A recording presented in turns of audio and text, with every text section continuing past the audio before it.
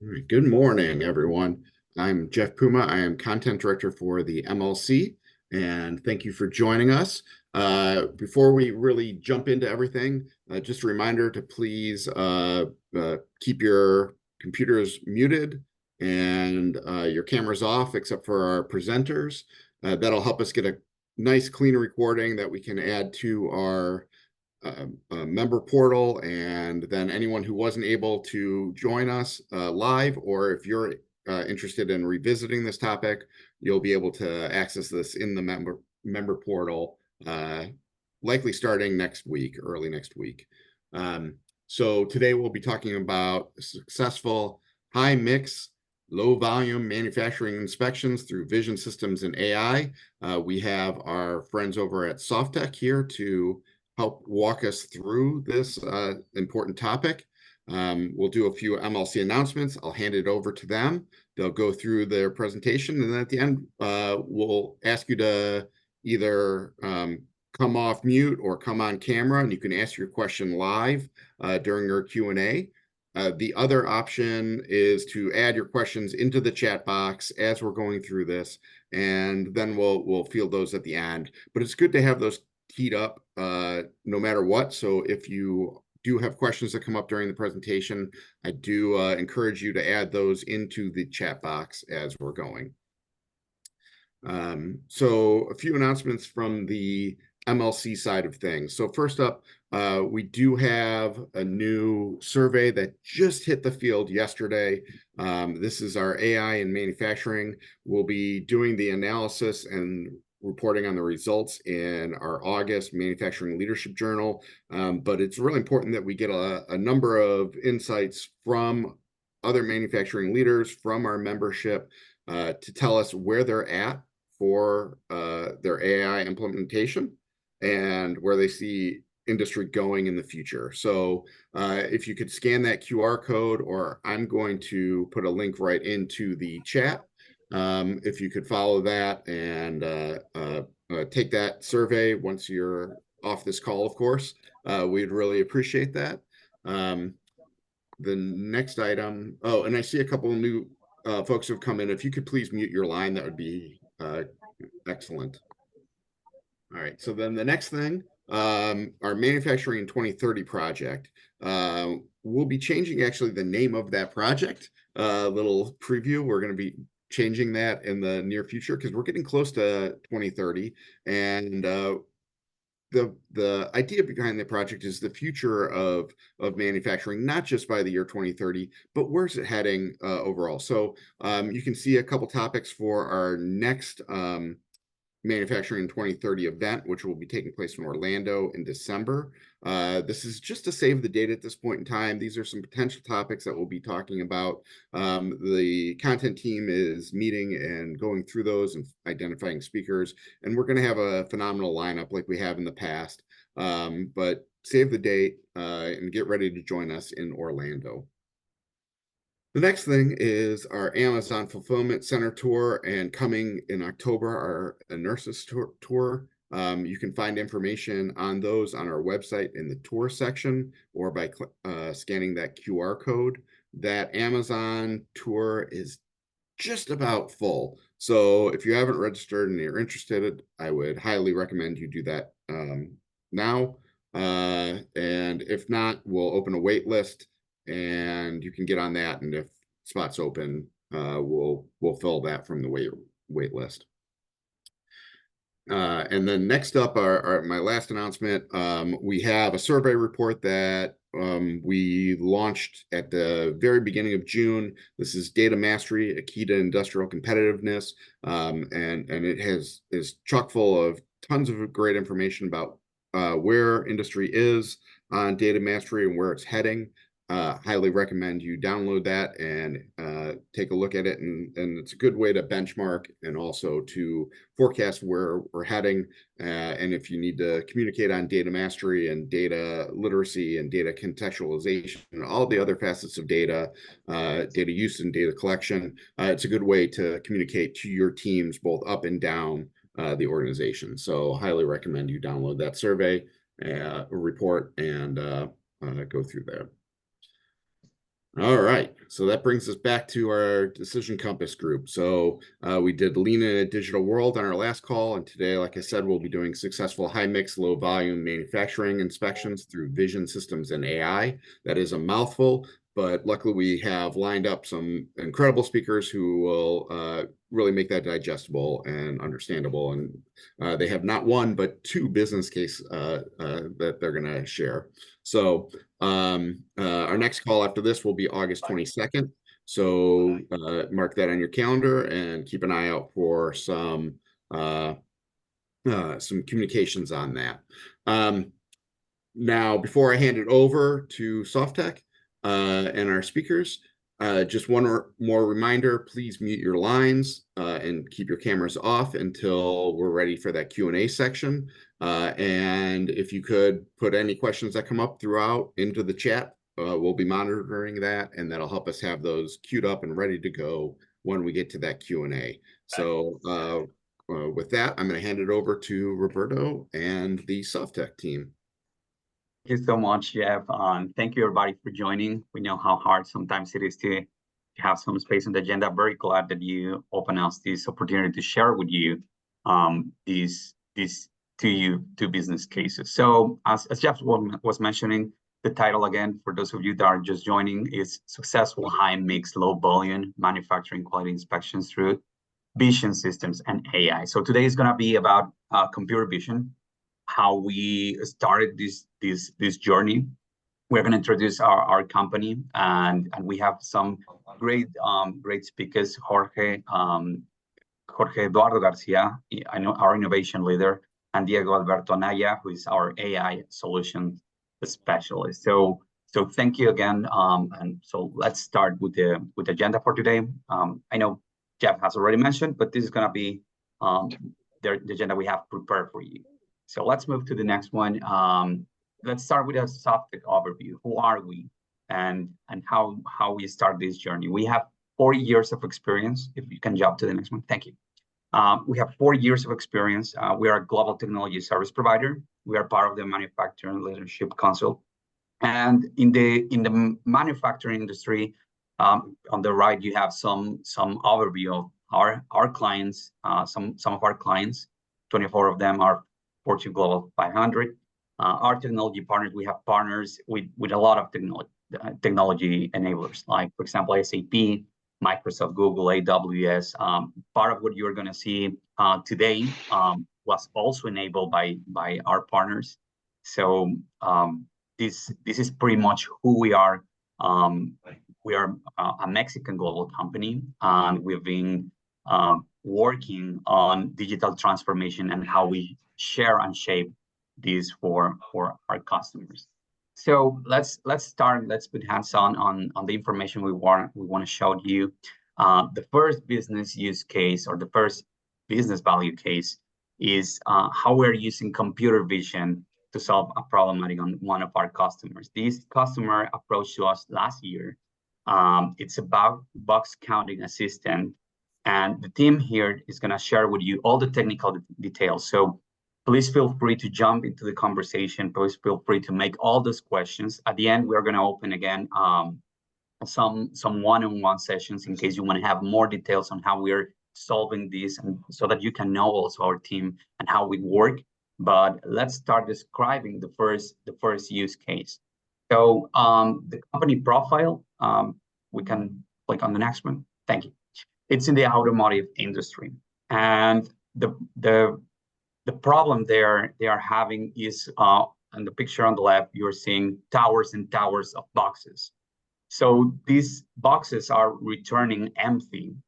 The problem is not when they are going with the auto part or the spare part. All these boxes that you are seeing on the left are arriving to the US with the auto parts. Sometimes are axles, sometimes are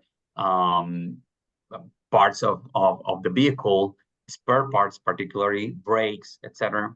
And these boxes return to the border. They return to some factories that are in Mexico, particularly, and the boxes are completely, or need to be validated that they are empty.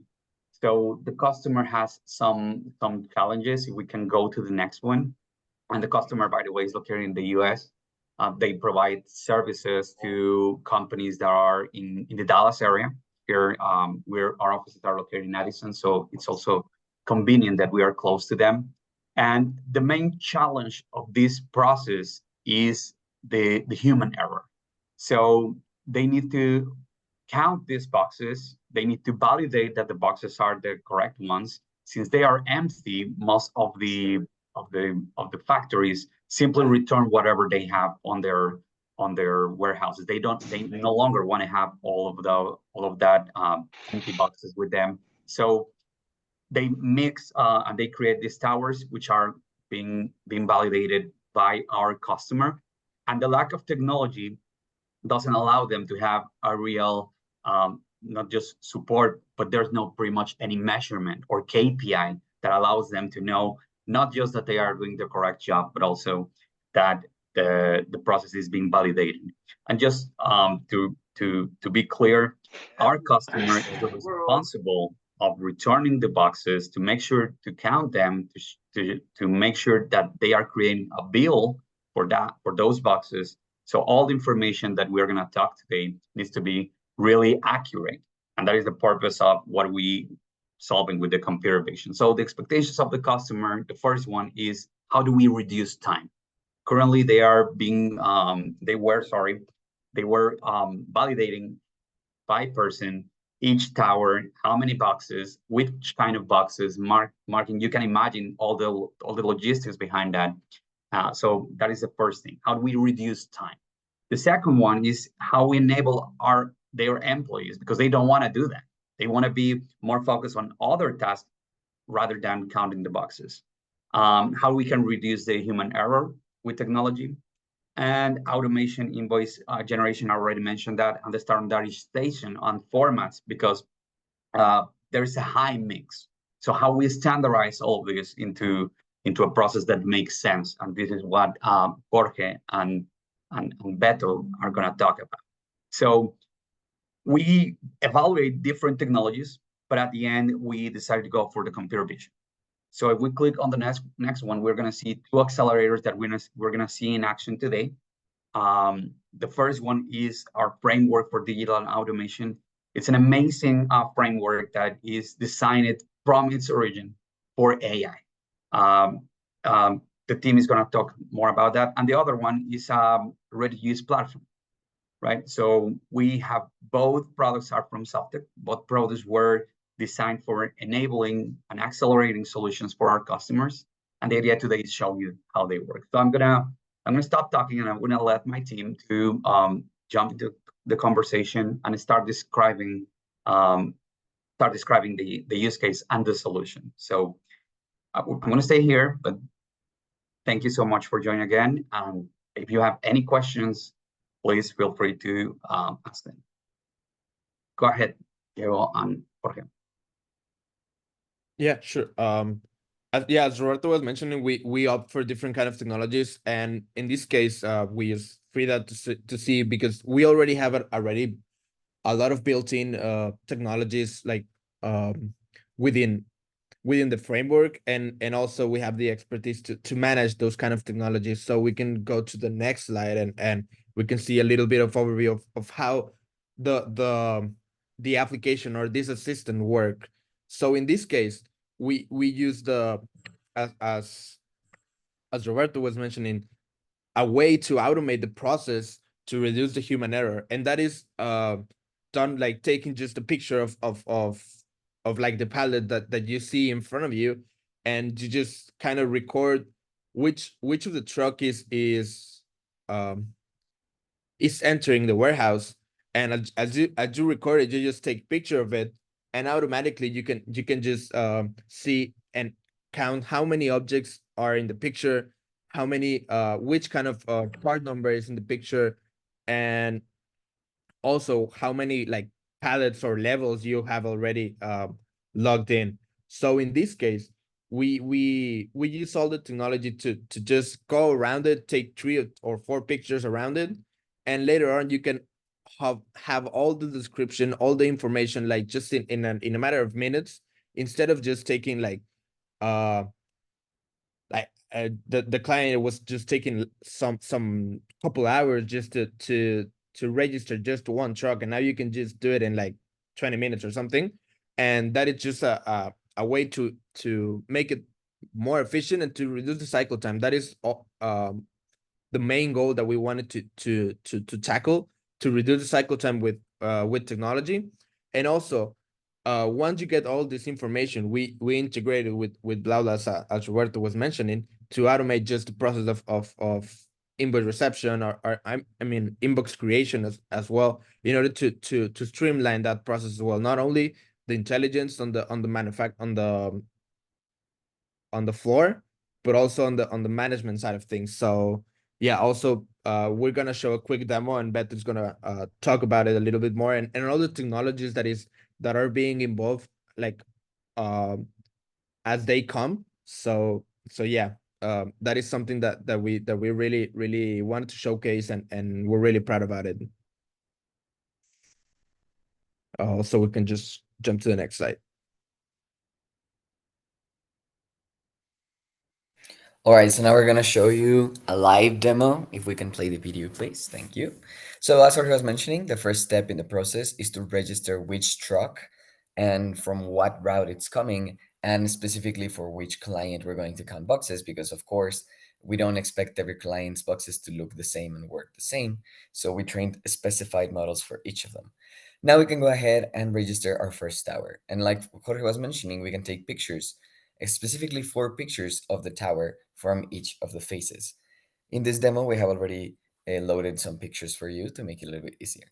As soon as we click the continue button, 3 different technologies are working together to make a computer vision solution. We have object recognition models, depth perception using LiDAR sensors, and OCR to read important information. All of those together is what you can see now. The first thing you saw was a summary of all the boxes that could be counted. And once we are sure that the boxes that were identified are the correct ones, now we get a detailed listing of all of the identified boxes individually and the information that was identified for them. The OCR model read the supplier ID, which is the number that is being registered. And then using some rules that were defined by our clients, we can also identify which parts of are registering in each box. As you can see, it's a semi-automated process. The whole list has to be verified and accepted before we can go to the next step. So what the user is doing right now is checking that every part number and every supplier ID is correct. And it will not allow them to continue until they have accepted all of the boxes. Now they can do this process as many times as necessary with as many towers as necessary to finally click the send button and send the data to the Blau Labs portal, where they will now go ahead and register the invoice. Another thing that is being done here right after the data is sent is all the information is originally grouped in towers, and those towers are grouped into trucks. But the way the client needed that information to work, the granularity of it, was in a supplier ID by supplier ID base. As I mentioned before, the supplier ID is the number that was read on the box using OCR. So the moment the data is sent, it gets pre-processed in order to reorder all that information and group it in supplier ID codes. And then as many invoices as necessary are created, one for each supplier code. So if a truck that had, I don't know, 20 towers, each of these towers had 1 or 2 supplier codes each, it already generated one invoice for each supplier code. So that would be, for example, maybe 4 or 5 different supplier codes in one truck. All of those invoices get created with one process. When before, what they had to do was they had to manually count the boxes, manually register the product and supplier IDs, manually make this list and give it to another person, which had Excel sheets of who was responsible of this supplier code. All that information was, for example, the RFC, the address, the billing address, the telephone number, emails, and all of that. And then they would manually fill in a form with all that information, plus the accounting information to generate the invoice. That part of the process was also measured to be taking too much time. Now with the application and the connection with the other systems of Diego Blau Labs, all the invoices are generated automatically, and now they don't need to manually fill in the information. They just need to make sure that the information filled in is correct, which takes a couple minutes at most, and they can send the invoice directly to the appropriate provider in the process.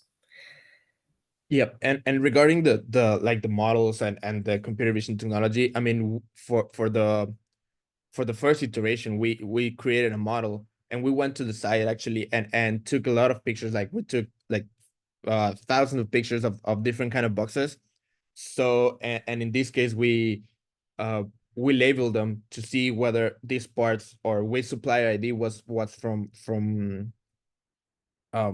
which supplier, and then we use that initial iteration of the model to automatically label any incoming photo that you have. So in this case, the model is constantly being retrained and constantly being relabeled and adding new features. And for example, one of the particularities of this model is it should be able to run like on your device. So we quantize that model in order to make it small. It's not small enough to be running in your device. And one of the things that we at the beginning we didn't take into account is whenever you take a picture, the model can also detect. I mean, because the model was really good. It could also detect the boxes that were not on frame, but also the ones that were like 20 meters away. So one of the things that we had to that we also came in to implement to make this differentiation of distance is because the user had an iPhone with pro capabilities. We were able to exploit the LiDAR technologies also from the phone to create this depth perception whenever the picture is being taken, and because of the depth, we can also just take just the image that are just in front of you instead of just counting also the boxes that are just that are just further away. So that is one of the main like the uses of the depth perception, also to create these like 3D spaces with the 2-3 photos that we have around the model. That is also being shaped with the LiDAR sensor. And I think at this current age, the model has already like 40,000 image or something like that, in order to always be iterating and always keep improving in order to have better object detection. So yeah, that is something about the specs of the model, and that is being quantized to be run on your iPhone. And the OCR is just the model that we had available from the get-go, and it was like pretty good all in all. So we have not been moving that. So yeah, that is something about the specs or any kind of detail about the models, and that is how we implemented this to see just this pretty face on your iOS device. Thank you so much, Jorge. Something really important to mention here as well is that, and also Roberto, thank you. These models are being trained and are being deployed on the edge. So on the shop floor, on where the boxes are, and where our customer is currently working, they don't have, or they sometimes lost, or they don't have even connectivity. So something important is that the model can work offline. It can take the pictures, it can do all that analysis without depending on a cloud model. And this is something important to mention because we are seeing some other customers. In fact, the second use case was already being approached by another company, by somebody else, and they try to create the models depending 100% on the cloud. And right now we are fixing that. So something that is pretty cool is that everything that Beto and Jorge were sharing is on the edge, and they are taking the full capabilities of the mobile device, like LiDAR with the deep perception, the OCR, object recognition, and all the technologies that are available for computer vision. Now, part of the outcomes of all these solutions, we move to the next slide, is that, as the team was saying, the model is precise enough that we need to combine different technologies, but the outcomes are quite impressive because we are using this computer vision to create an invoice template with our solution accelerator, and that process is being automated. So pretty much all the information that Freight Accelerator sent, Blau Labs takes it, compares it with a catalog, creates a bill, and the process is being automated. Also, we have reduced the human labor. The team yesterday was sharing with me that there have been some where they were testing this technology.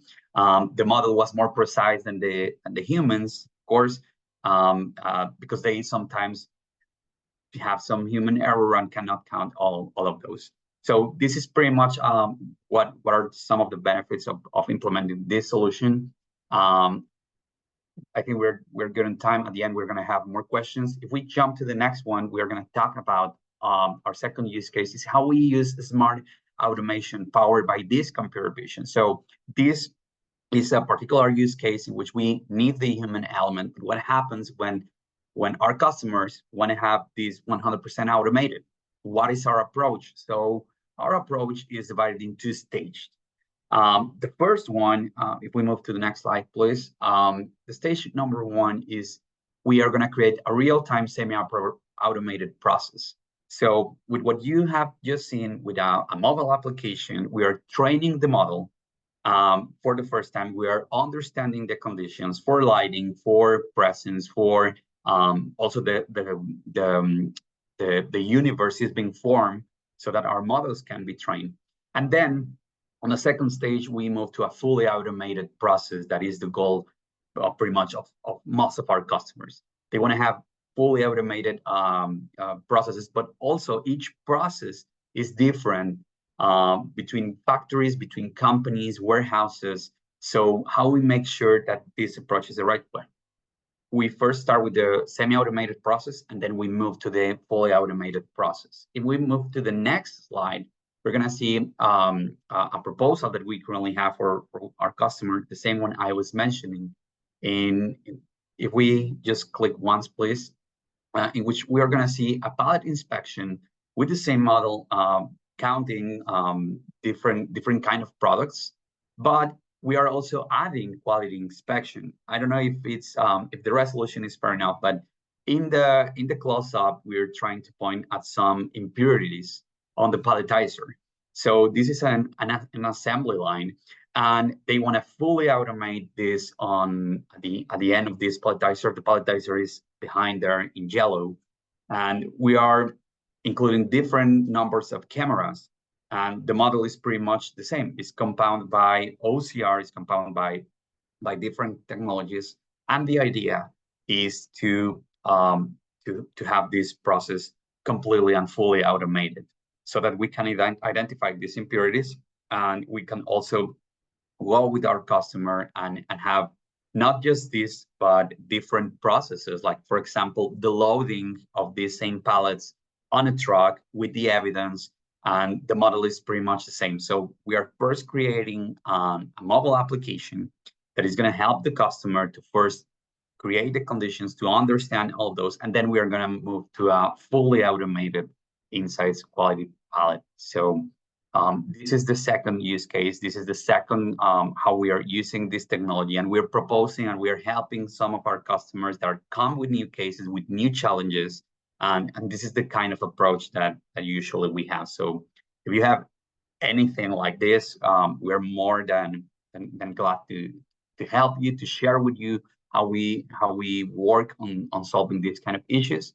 And the next one is gonna share with you again the different technologies on how does the first solution, the stage one, looks like. If we jump to the next slide, please.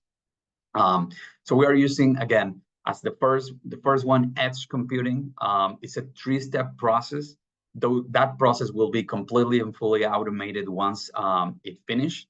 And on the right, we have the different technologies. Now, since they already try to approach this with an Android application, an Android tablet, we decided to use our accelerator to simply extend with IoT cameras. And those cameras are gonna scan the pallets, and we're gonna connect that to the current solution they have. So this customer already had the solution, but the problem was that their model was 100% relying on the cloud. So the problem was that once they detected an error on the cloud, the pallet was already gone. So we designed a different approach. We switched the quality inspection on the edge, and we are simply syncing metadata and evidence to the cloud. So I'm gonna stop here. I think we want to have some time for questions for to hear from you, and I'll stop, and we will open time for questions and answers. Thank you so much. Okay, so thank you for walking us through that. That's excellent, and I think those are two very good uses that people will find of value. I'd like to open this up for the floor. Are there any questions from the audience? I don't see any in the chat yet, but you can feel free to put them there, or if you are comfortable and in a spot where you're able to come off mute or come on camera and ask your question live, I invite you to do that as well. Do we have any questions? Hi, this is Devin from Standard Industries. I have a question. Great, go ahead. This is a really good presentation, and thanks for sharing both the use cases and I like kind of the benefits that you shared with implementing this type of technology. At Standard Industries, we are more high volume, continuous type manufacturing. So not one for one, but vision systems is, a successful part of our manufacturing process. One of the things that we found is maintaining models. Models sometimes drift when it comes to vision systems. Is that on the client side to maintain the model? Have they had issues with maintaining the model? It's been a kind of a laborious process on our end to maintain the model. So we typically look at vendors that can support and maintain the model. Wow, that's a great question. And to be honest, when we were designing this, Devon, the solution for the customer, because our job is not just to say, okay, here's the technology, here we create the model, but maintain long-term relationships and understanding as well that the processes can change as well.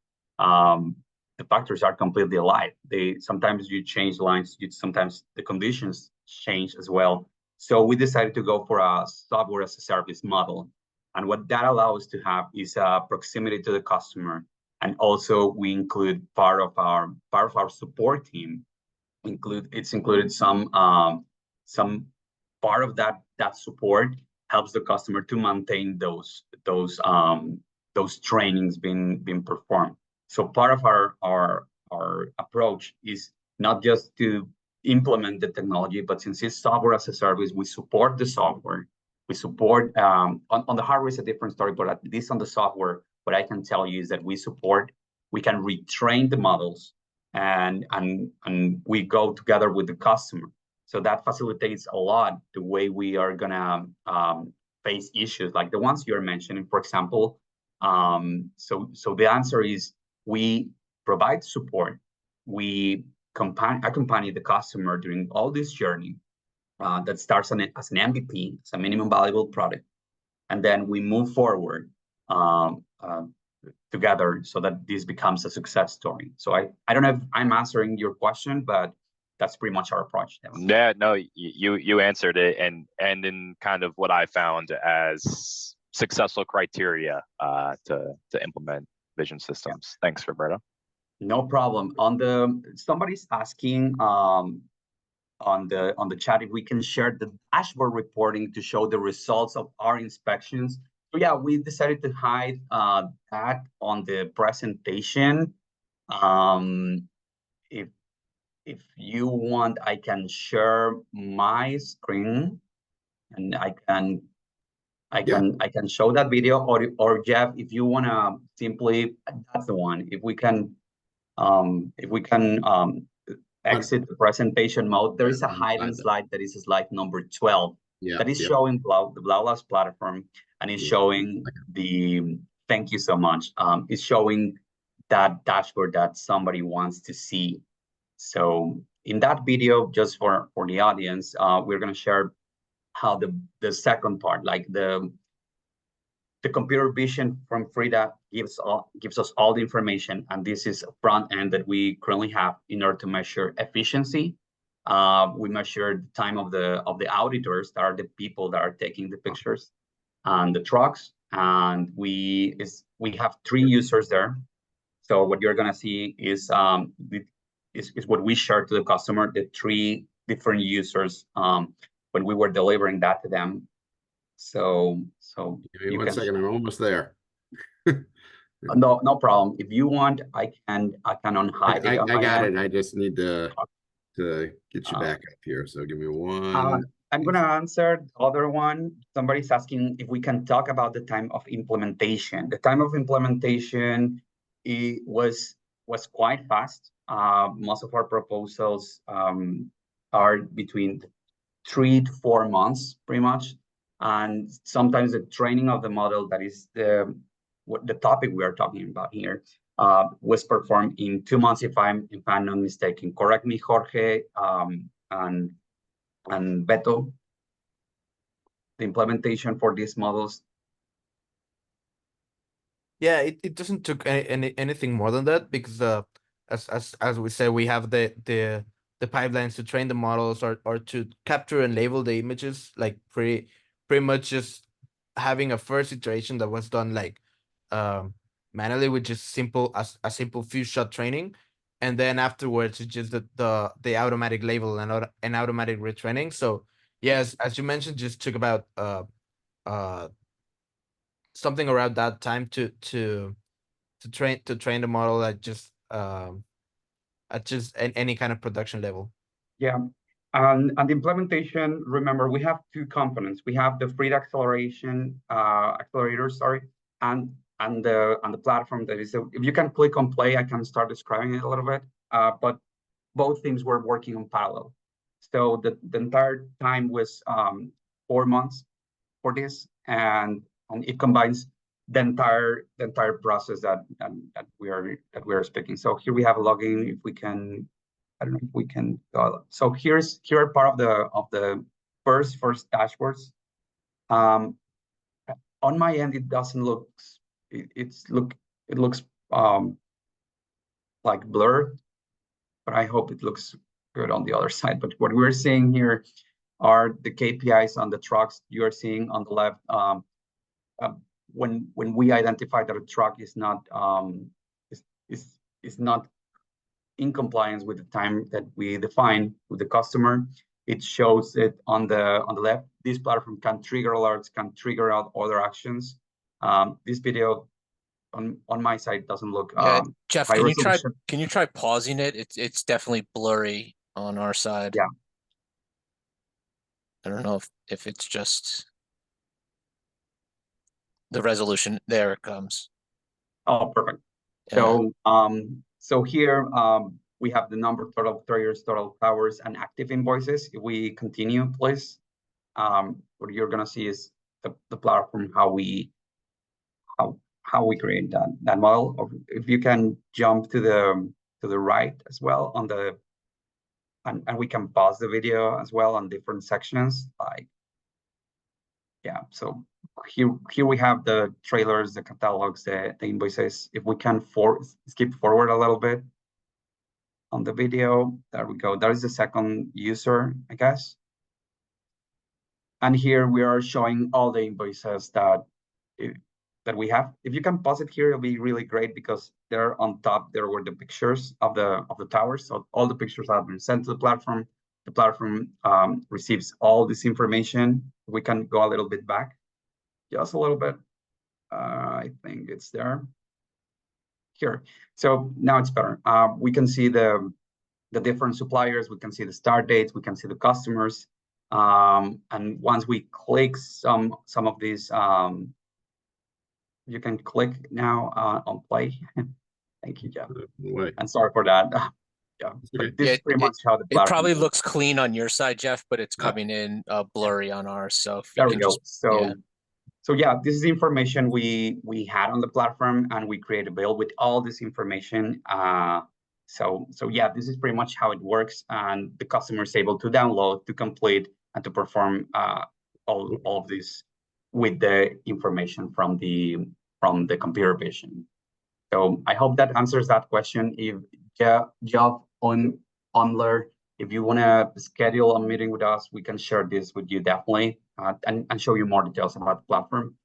I see another question that says, how did you train the systems to identify defects? Was there a predetermined list of defects to work from, or how many defects is the software scanning for this? I think you're talking about the second example we talked about. So for that one, the customer has already some pictures. So we train with only 30 pictures, to start identifying the defects, and then we take different angles for that palette in order to determine what is a defect and what is an approval in terms of quality. Now, of course, with more and more pictures, the models are going to become more accurate. So what we have so far are those pictures. And in the part of the boxes, I don't know if you want to mention, Jorge and Beto, how many pictures you actually train in order to bring all that model. Probably that brings also some sense of idea of how much the training model requires. Well, actually, it's a very interesting case because we can talk about the amount of pictures, or we can talk about the amount of examples, which is many, many, many more. So in the amount of pictures, in the first iteration we ever did of a model was first for the Toyota models. And we had around 54, I think, 56 pictures of 56 different towers, which each of them had around 11 to 22 boxes, more or less, depending on how many levels the towers had. So we can talk about more or less 11 by 50, so 550 different examples. And only with the information, the model was already performing I think 93% accuracy. What we have done afterwards is obviously nowadays the models have, I think the biggest one is the Toyota one, and it has above 1,000 towers. So that would be above 11,000 examples differently. At that point, now we have an accuracy of about 99%. Like the number is not even that significant anymore. But yeah, that's more or less the amount of data that it takes. We have the pipelines and the processes to do very good examples with very few pictures, and then the capability to improve upon it after the first iteration. Thank you so much, Beto. I don't know if there are any more questions from the audience.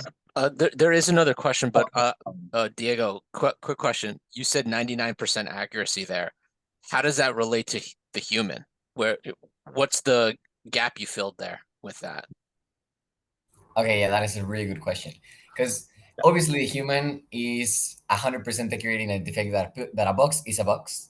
But the problem with the human is, what kind of box? Is it a supplier code ST100 and ST102 and ST103, so on and so forth?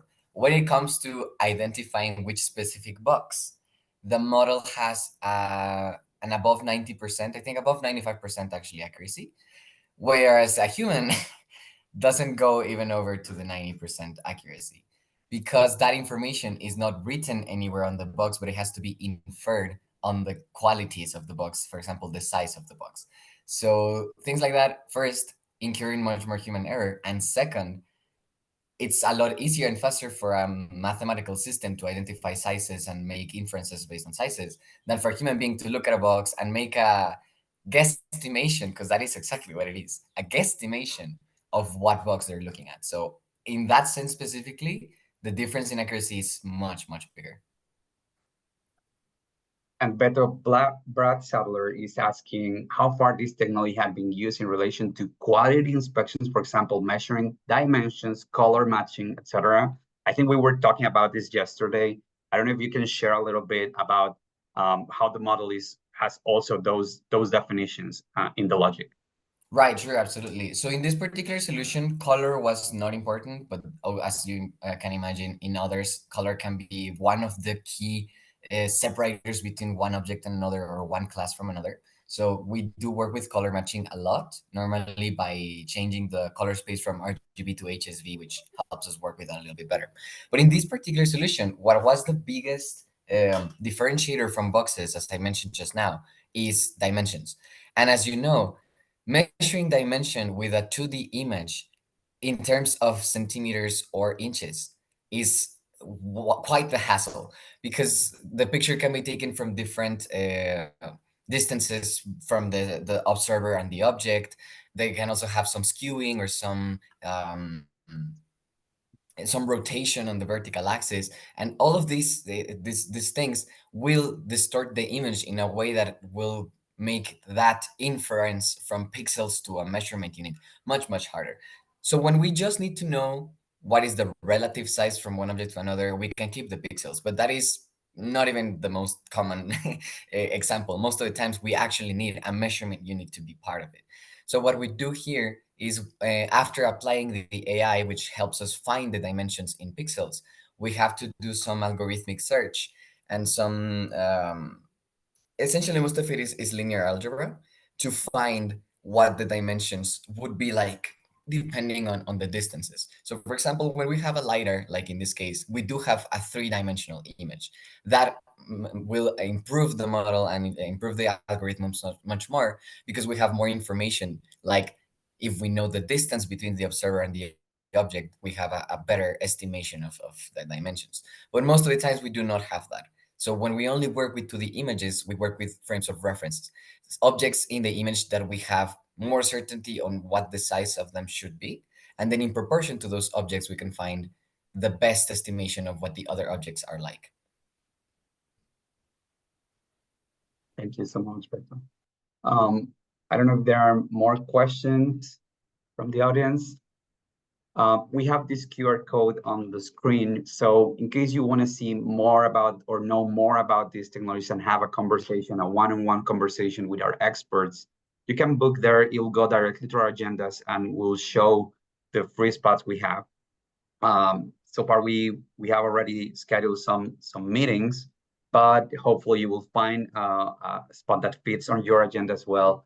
So we're gonna leave that there. And in case you want to have any more details on our technology, on the algorithms, or talk to our experts, or bring a use case that you want us to evaluate, anything we'll be more than glad to help you out with. So I actually have a couple questions here that swirling around in my brain. In specifically on the FRIDA program. So how much do you need cooperation if you're an OEM with your suppliers, or if you're one of the suppliers, implementing this with an OEM? Like, is there communication needed on, back to like Benny's question on implementation, like that you need to, sort of work across both spectrums there? So with this case on the training of the model, we didn't have any conversation with the OEM. No. We just have the universe that our customer had on the warehouse, and the OEM simply, there are two OEMs, two big OEMs. One is Toyota, the other one is Mazda, and they already they simply are customers for our customers. So we didn't have any discussion with them. All the universe and all the training was performed. I don't know if that answers your no, question. that's makes life easier, that you don't need to have a conversation with them. Yep. The other one is more of like a KPI question of what kind of time savings did your customer see, right? Like, how did this dramatically affect their labor and workforce, and the effort and time they were putting into this previously? So regarding that question, David, the customer used to do this manually. You usually take them per truck. I just want to clarify that, per truck, an average of 45 minutes. And we're seeing that the model is pretty accurate. On the training phase, on the UAT, when we are validating this with the customer, we're already seeing the time being decreased by 15 minutes. In some cases, the platform has measured 37, 35 minutes in the first cases, but we feel pretty confident that once the model is going to be more trained and the people as well know better, because right now they have fair questions, like for example, on how to use the application. On first instance, they simply were grabbing a paper, writing down, then informing to somebody else, then trying to validate everything.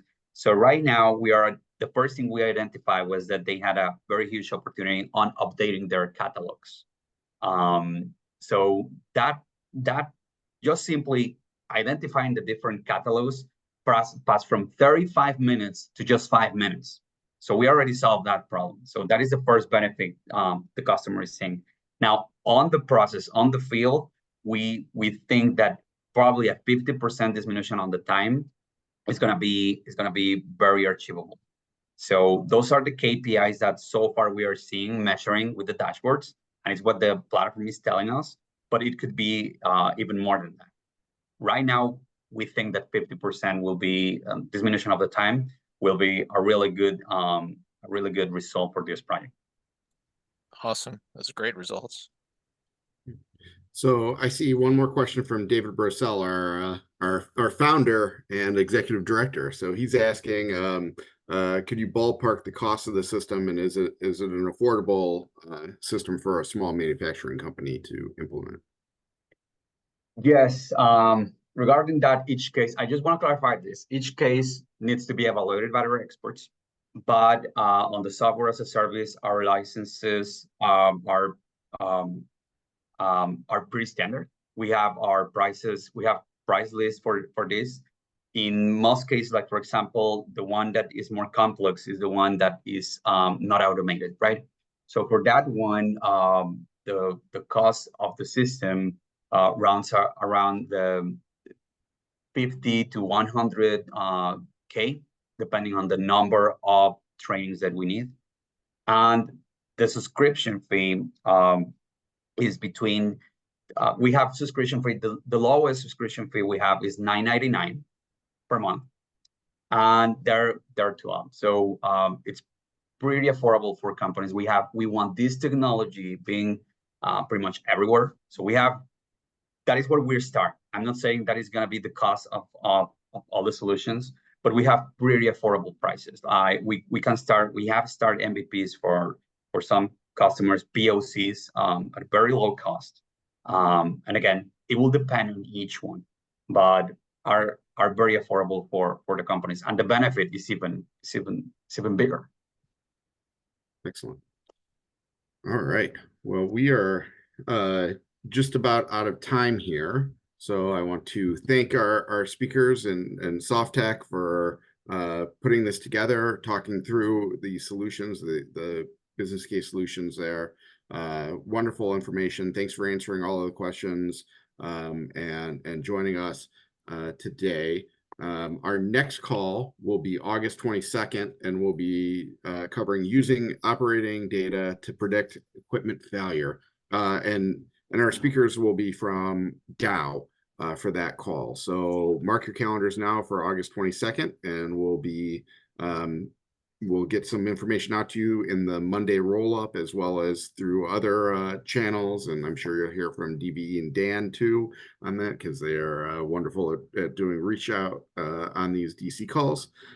And then I wanted to again highlight the AI in manufacturing survey, and scan that QR code, and you'll be able to take that survey and give us information about where you're at now and where you think industry is heading as far as use of AI. Some really important questions in there, and your insights help us benchmark where we're at and predict where we're heading, so that we can make sure that the industry is moving in the right direction and that we're serving people in the right way. And then lastly, if you scan this QR code, you'll get a a listing of all of our upcoming events and editorial calendar for the entire 2024 year.